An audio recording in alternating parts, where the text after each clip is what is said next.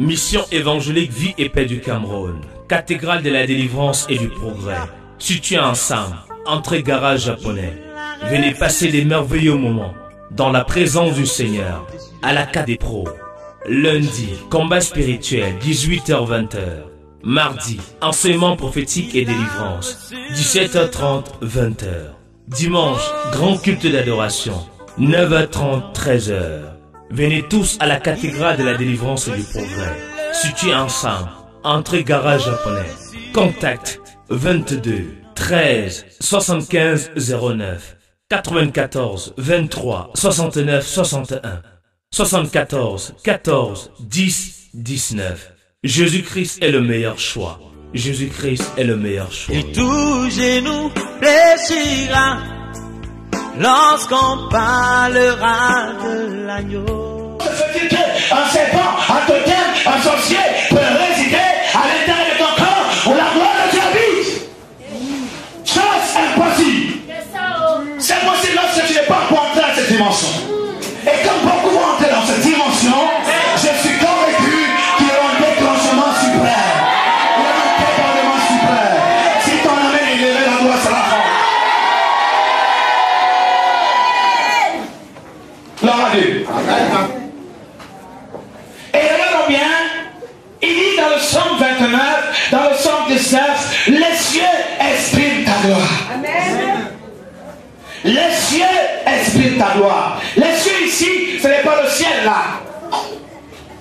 Qu'est-ce que cette masse? Non. Les cieux ici sont ceux à qui ont reçu Jésus comme Seigneur et Sauveur. Et il dit que quand ils ont reçu Christ comme Seigneur et Sauveur, leur langage sera un langage de gloire. Amen. Pourquoi? Parce que lorsque quelqu'un reviendra devant toi, te poser des plaintes, tu vas dire à cette personne, mon bien-aimé, j'étais comme toi au passé. J'étais comme toi. Mais quelqu'un a changé mon histoire. Amen. Ça, c'est le langage de la gloire, non? Amen. Mais quelqu'un a changé mon histoire. Son nom, c'est Jésus. Amen. Et c'est pour ça que le psaume dit que les cieux expriment la gloire de Dieu. Quand quelqu'un n'est pas encore rempli la gloire de Dieu, franchement, il ne peut pas l'exprimer. Ton corps doit exprimer la gloire de Dieu.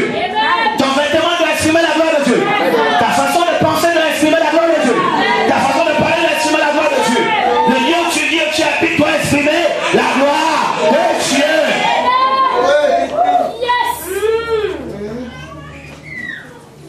Pour faire se compagnie corrompre des bonnes mœurs. L'homme méchant, sa philosophie, c'est de faire tout. Comment faire pour tuer sa vie de prière? Comment faire pour tuer sa foi? Comment faire pour tuer sa Bible là? Comment faire pour séparer cette personne de l'église?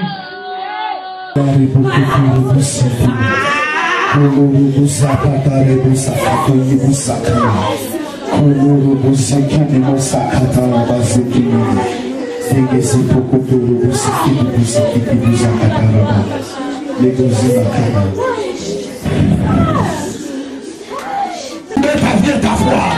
Une seconde parole sera prononcée. Une seconde parole sera prononcée. Et chaque fois que la première parole est venue, elle n'est jamais venue pour construire. Elle vient toujours pour t'effrayer. Elle vient pour te mettre dans les pleurs. Elle vient pour t'attrisser. Elle vient pour te mettre dans la pauvreté. Elle vient pour t'attacher dans le célibat. Mais Dieu envoie toujours la seconde parole pour annuler la première parole. Si quelqu'un est comme ça,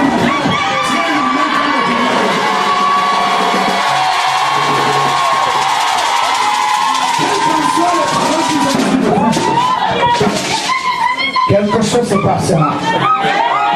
Viens-moi prendre place dans la grâce du Seigneur. Et l'onction de Dieu est là ce matin. Est-ce que nous pouvons dire bonjour au Saint-Esprit ensemble? Cher Saint-Esprit, bonjour. Amen. Qui est-ce que tu attends ce matin? Ce n'est pas moi, c'est le Saint-Esprit. Est-ce que quelqu'un peut dire je ne t'attends pas? C'est le Saint-Esprit. Et la parole de Luc chapitre 4, verset 16 avant va s'accomplir encore ce matin. La Bible dit: l'Esprit de l'Éternel est sur moi et m'a consacré pour annoncer la bonne nouvelle aux malheureux. Et pour libérer les captifs, pour délivrer les possédés, pour donner la vue aux aveugles, pour proclamer l'année de grâce et de faveur divine, guérir les malades. Cette parole va avoir son accomplissement en ce matin. Je dis bien en ce matin. Si quelqu'un est capable qui regarde son ami, dit: nous sommes ensemble dans la présence glorieuse de Dieu. Eh bien, quelqu'un ne désespère pas parce que l'heure de la visitation a sonné. Amen. Le Seigneur me dit: il y a des gens dans cette salle qui ont prié ce matin en disant: touche-moi, touche-moi, Seigneur, aujourd'hui. Et le Seigneur accomplit ta prière.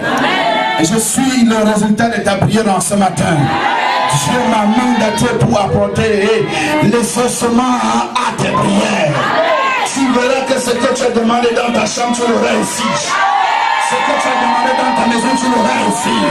Ce que ta famille a longtemps demandé pour toi, cela va s'accomplir ici.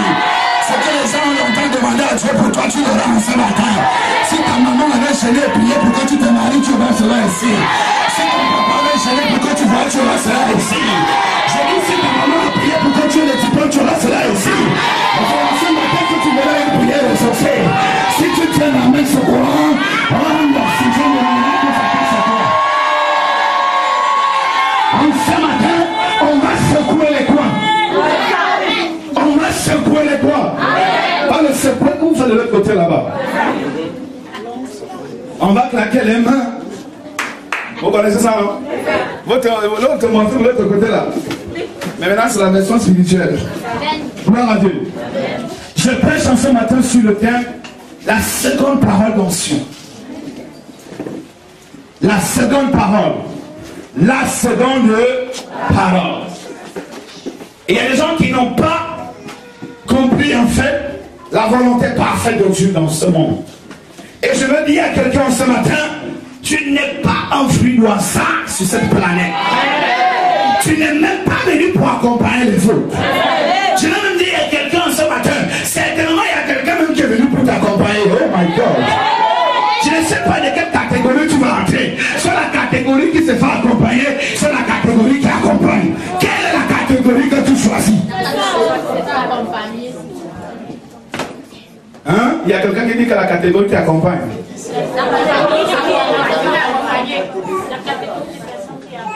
Alléluia. Ouvrons rapidement le Bible dans le livre d'Ésaïe 38. Nous sommes bénis pour ces merveilleux témoignages édifiants. Nous avons un Dieu qu'on appelle le Dieu du tic-au-tac. On appelle la. Qu'est-ce que tu veux? La. Il dit: mettez-moi la sorte à l'épreuve, vous verrez. Une seule prière change la situation jusqu'à libérer 4 visas.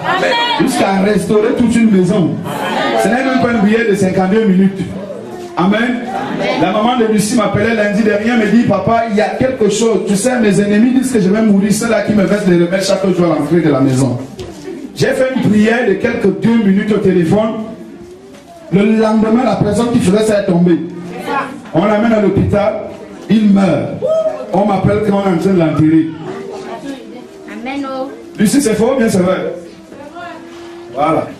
Gloire à Dieu. Amen. Donc il y a un niveau dans la vie où les gens doivent comprendre que la présence de Dieu est plus réelle. Amen. Que le bifara que tu vas manger.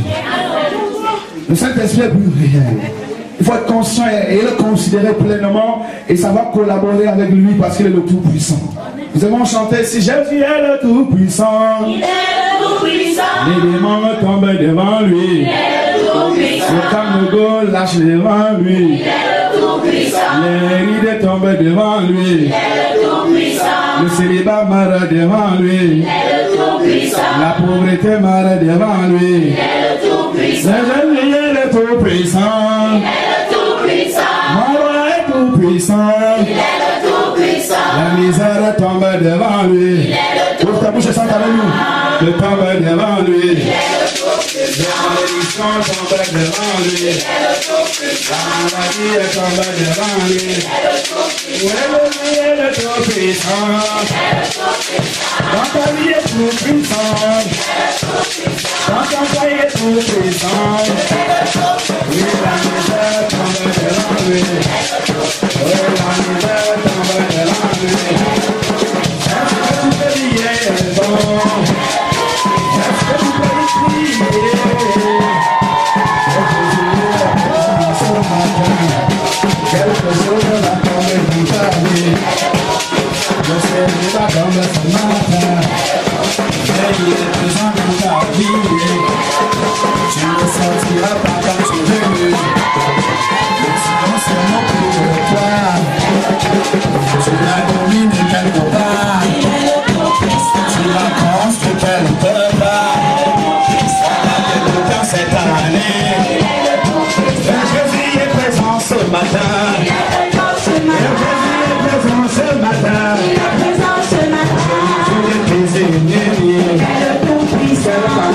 homme ils vont mourir. Certains seuls attendent qu'ils vont mourir. Les choses tombent devant moi. Ce sont les qui tombent devant moi.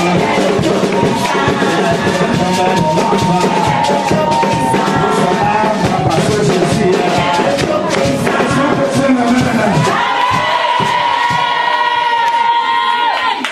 C'est bon. Nous sommes dans Isaïe, chapitre 8, à partir du verset 1. Il est écrit. On va rapidement se lever pour ouvrir la parole du Seigneur. On a 58 minutes ensemble.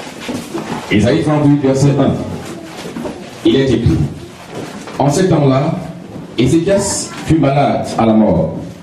Le prophète Ésaïe, Ézéchias fut malade à la mort. Ézéchias fut malade à la mort. Le prophète Ésaïe, fils d'Amoz, vint auprès de lui et lui dit: Ainsi parle l'Éternel, donne des ordres à ta maison, car tu vas mourir et tu ne vivras plus. Ainsi parle l'Éternel. Ainsi parle l'Éternel. Donne les ordres à ta maison. Donne tes ordres à ta maison. Car tu ne vivras plus. Car tu ne vivras plus. Tu vas mourir. Tu vas mourir.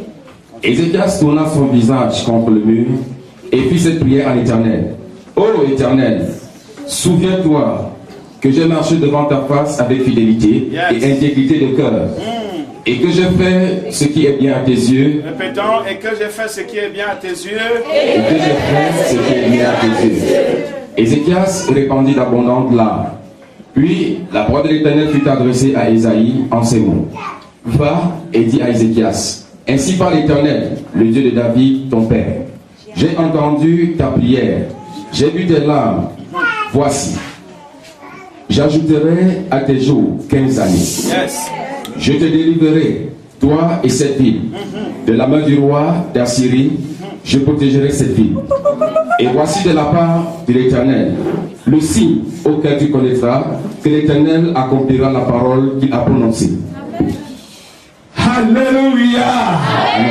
Prends place dans le feu et dans l'onction.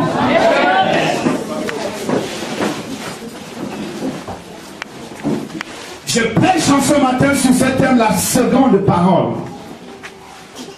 Pourquoi la seconde parole? Et lorsqu'on parle de la seconde parole, forcément, il y a eu une première parole.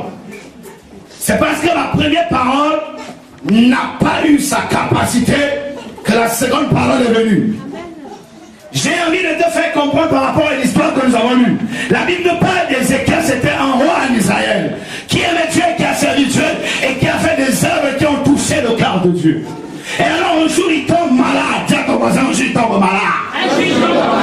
Un jour un célibat l'accape. Un jour la pauvreté l'accape. Un jour la malédiction l'accape.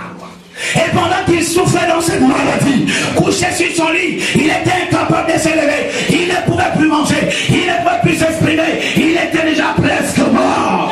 Et la Bible dit que Dieu a envoyé le prophète Ésaïe. Au lieu d'aller annoncer la nouvelle naissance et la paix à Ésaïe, le prophète part pour la première fois. Dieu à Ésaïe, non, Dieu m'a dit que toi, tu dois appeler tes enfants, appeler ta famille parce que tu vas mourir. Alors que chaque fois que tu vois un prophète venir vers toi, tu as l'espoir que le miracle arrive. Alors Ésaïe fut troublé, car en sachant qu'il était assommé, du fait qu'il a vu le prophète entrer, c'est plutôt pour confirmer qu'il va mourir. La Bible dit qu'il s'est tourné derrière lui. Il a commencé à pleurer en faisant la prière. Oh Dieu, souviens-toi. Hey. Souviens-toi de ce que j'ai fait pour toi. Souviens-toi de mon intégrité dans ta maison. Souviens-toi de ma fidélité. Souviens-toi de mes sacrifices. Souviens-toi des actes que je pose. C'est la prière que fait beaucoup de chrétiens. Lorsqu'ils se sentent déjà éprouvés, lorsqu'ils se sentent déjà accablés, à un niveau élevé, ils réalisent cette prière. J'aime cette prière d'Ézéchiel. Savez-moi, amen. Amen. Alors la Bible dit que pendant qu'il priait, cette prière a touché le cœur de Dieu. Dieu a envoyé pour la seconde fois le même prophète qui est devenu dit à Ézéchiel que tu vas mourir. À Ézéchiel, est-ce que tu vas mourir? Le même prophète est arrivé et il a dit tu ne vas plus mourir. Dieu m'a envoyé te dire qu'il ajoute sur ta vie 15 années de vie. Dis-moi 15 années de vie. Alléluia. Si avec Dieu, notre Père,